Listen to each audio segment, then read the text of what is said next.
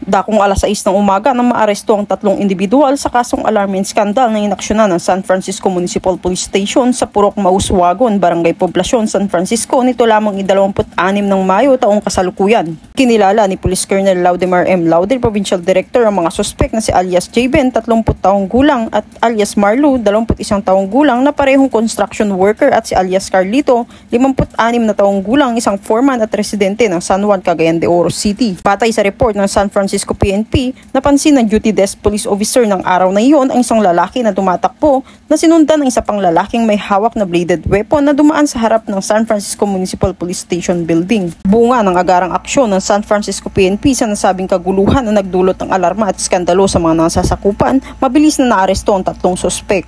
Sa kustodiya na ngayon ng San Francisco Municipal Police Station ang naaresto at isang nakumpiskang bagay para sa kaukulang disposisyon. Mula dito sa Police Regional Office 13, ako ang iyong pen and correspondent, Patrolwoman Karen A. Malilin, alagad ng batas, taga-taguyod ng Balitang Pulis.